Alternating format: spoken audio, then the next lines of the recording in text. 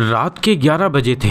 मोहन सुनसान रास्ते से जा रहा था। चारों ओर सन्नाटा छाया हुआ था। मोहन बहुत डर रहा था। दूर दूर तक सिर्फ अंधेरा ही अंधेरा था। मोहन को सही से रास्ता भी दिखाई नहीं दे रहा था, इसलिए उसने अपने मोबाइल की टॉर्च का इस्तेमाल किया। शायद आज उसकी किस्मत भी उसके साथ नहीं थी। आधे रास्ते में ही उसके मोबाइल की बैटरी खत्म हो गई और उसका मोबाइल स्विच ऑफ हो गया। मोहन के घर से पहले 2 मील की दूरी पर एक डरावना रास्ता पड़ता था, जिसे लोग हवेली के रास्ते के नाम से भी जानते थे। बड़े बुजुर्ग तो यहाँ तक कहते थे कि उस हवेली के रास्ते से रात को 12 बजे के बाद जो भी गया वह आज तक वापस लौट कर नहीं आया। मोहन घबराते हुए आगे बढ़ने लगा। वह अंदर ही अंदर डर रहा था, क्योंकि उसने बड़े बुजुर्गों से कई बार इस डरावने रास्ते के बारे में सुना था। उस वक्त उसको वो सारी बातें याद आ गईं। थोड़ी देर चलने के बाद उसको कुत्तों की रोने की आवाज सुनाई दी।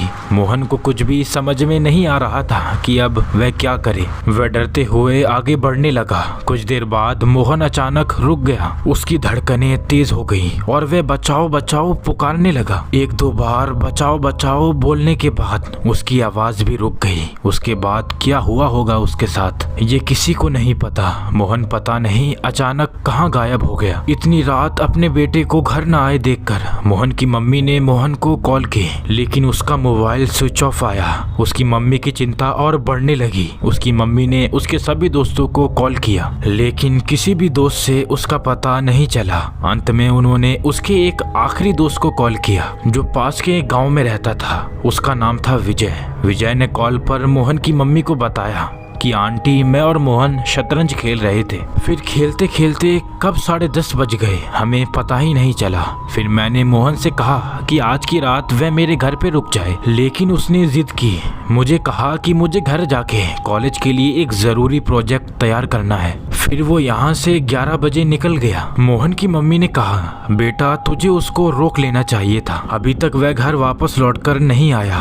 तुम्हें तो पता है बीच में वो हवेली का डरावना रास्ता आता है, जो कि बहुत ही खौफनाक है। यहाँ तक कि कुछ बुजुर्ग ये भी कहते हैं कि उस रास्ते से जो भी 12 बजे के बाद गया वह आज तक वापस नहीं लौटा। पता नहीं रात को 12 बजे के बाद उस रास्ते के आसपास क्या होता होगा। फिर मोहन की मम्मी ने कॉल काटी और बहुत रोने लगी। अगली सुबह ये खबर सारे गाँव में फैल गई। सारा रतनपुर गाँव इस घटना से भयभीत हो उठा। गांव के ज्यादातर लोगों की जमीन हवेली के रास्ते पर ही थी।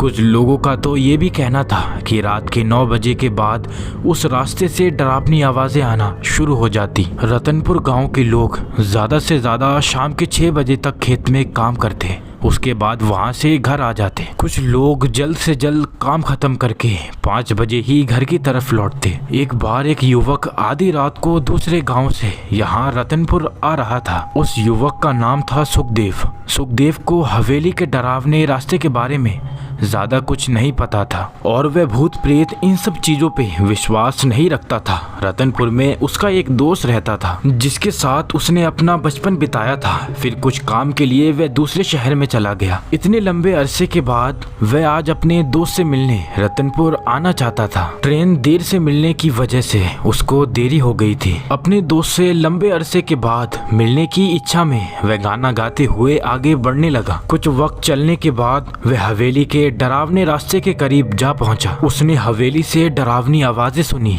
वह थोड़ा सा घबरा गया और वहां से तेजी से आगे बढ़ने लगा। थोड़ी देर के बाद उसको उस रास्ते के आसपास से डरावनी आवाजें सुनाई दी। कुछ देर चलने के बाद वह अचानक रुक गया। उसके चेहरे से पसीने छूट गए और उसने जोर से कहा, मर गया आज तो मैं। ऐसा कहते हुए वह थर-थर कांपने लगा। दोस्तों, कैसा लगा आपको मेरी डरावनी कहानी का चैप्टर 1? डरावने रास्ते में आखिर ऐसा क्या है जिससे लोग इतना डरते हैं, और क्या है रहस्य उस रास्ते का? डरावने रास्ते से लोग कहाँ गायब हो जाते हैं, उनका क्या होता होगा, ये आप सोचिए। मैं जल्दी चैप्टर 2 के साथ फिर लौटूंगा। दोस्तों, अगर आपको हमारी ये डरावने रास्ते की कहानी अच्छी लगी हो तो इस वीडियो को लाइक एंड चैनल को सब्सक्राइब जरूर कर लें। अभी मैं लेता हूँ आपसे अलविदा। मिलेंगे एक और नई डरावनी कहानी में।